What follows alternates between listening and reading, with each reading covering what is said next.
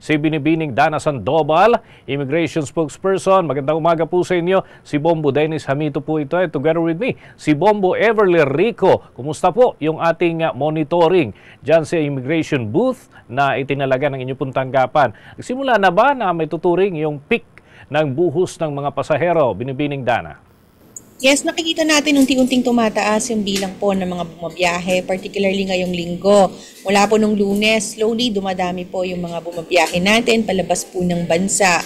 Ang expectation po natin by Wednesday evening or afternoon, mas bubuhos pa po yan dahil yan na po ang simula ng long weekend. And normally po, yan ang panahon kung kailan mas maraming mga Pilipino ang bumabiyahe upang makapamasyal po abroad.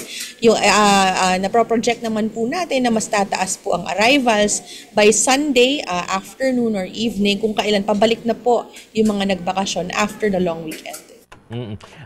Nice po naming malaman, papaano ba naghanda ang Bureau of Immigration para dito sa Lenten Exodus na ito? Dahil taon-taon naman po ito nangyayari, pero syempre biglang may mga sumusulpot na problema at kinakailangan nating mag-adjust ng ating mga preparasyon. Kayo dyan sa Immigration Bureau, paano po ba yung naging latag ng inyong mga paghahanda?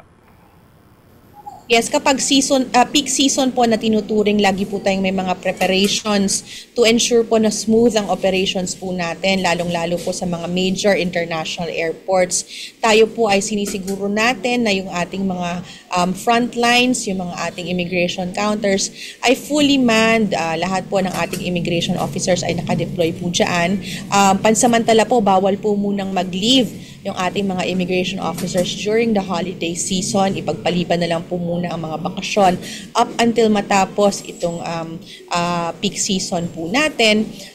We have also deployed additional manpower. Meron po tayong mga augmentation teams na nanggaling po sa iba't ibang opisina ng Bureau of Immigration. Around 70, almost 70 po ng mga immigration officers ang itinalaga din po sa mga paliparan upang makatulong sa pagpoproseso at pagpapabilis po ng mga pagpoproseso dyan po sa paliparan.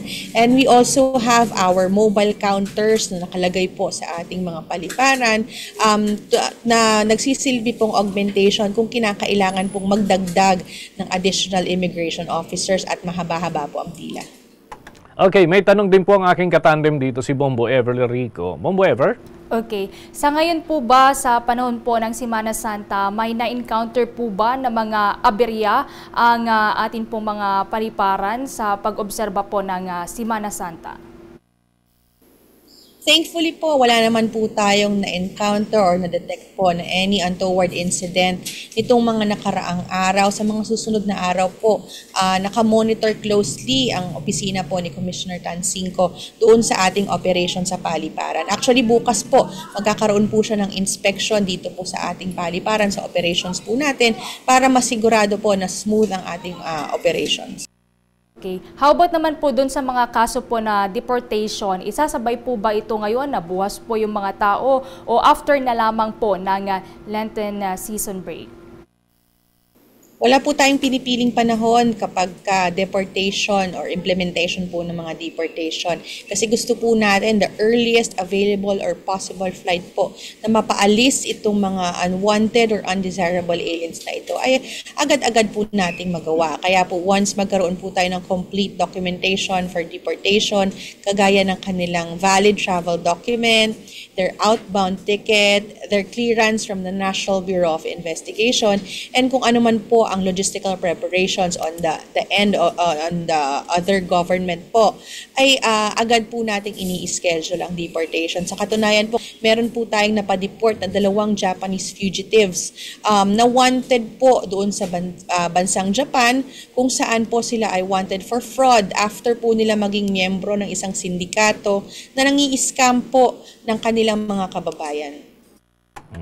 Balik po sa akin, bago po tayo magtapos sa Miss Dana, baka may mga nais po kayong ipagbilin sa ating po mga kababayan. May mga dapat bang i-consider bago bumiyahe ngayong peak season ng Semana Santa?